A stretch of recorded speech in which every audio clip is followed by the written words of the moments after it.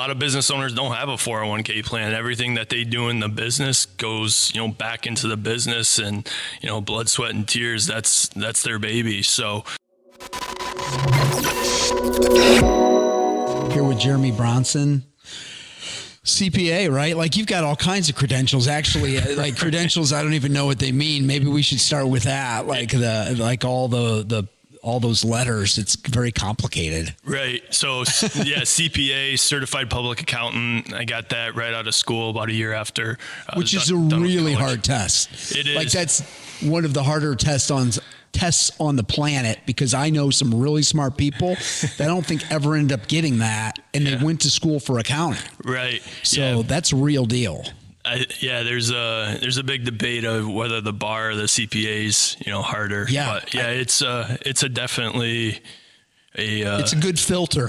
Right. Like, it definitely keeps some people out. Yeah, for sure. So I got that, and then recently through doing accounting, getting more involved with business valuations, that type of work.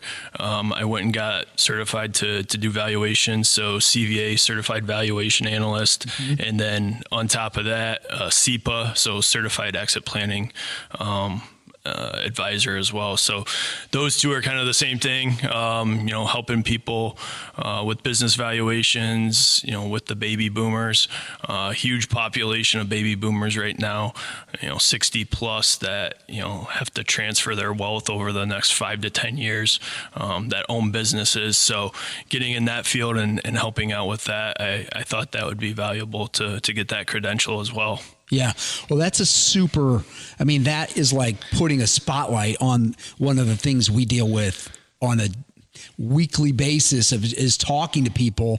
Like, you talk to a small business owner, and they sometimes will put away money in their retirement plans and things, but they're thinking of their business as the retirement plan, right? I mean, is that not exactly on point?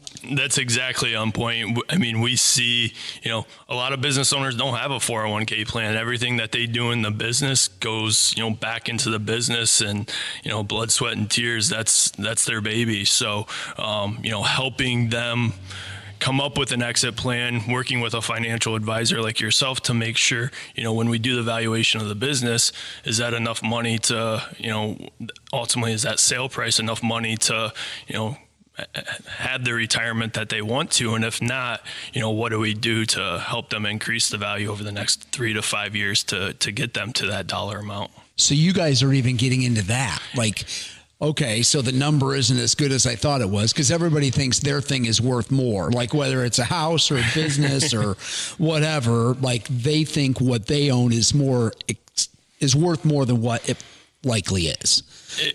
Yeah, and it's a tough conversation to obviously have. Yeah, because a lot of times owners come to us when they're tired, and they say, what, I'm done, I'm ready to sell. But then going back to them and say, well, the business isn't as worth as much as what we think it is. So, but yeah, there's a bunch of different things that you can look at, and to increase the value of the business. So, a lot of people think, all right, whatever, Ebitda, is usually what, people use to measure the value of the business, and then using a multiple of Ebitda.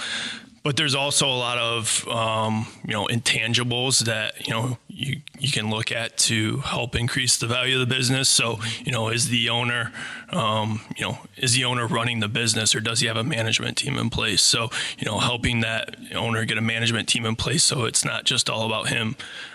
Customer concentration. So, if it's all about risk. So if you have one customer that makes up 90% of your, sales, obviously that business isn't going to be attractive. Whereas, you might have a business with, your largest customer is 5%. So there's a bunch of different factors that we look at, and, help them with a plan to minimize risk for that person that's coming in to buy the business.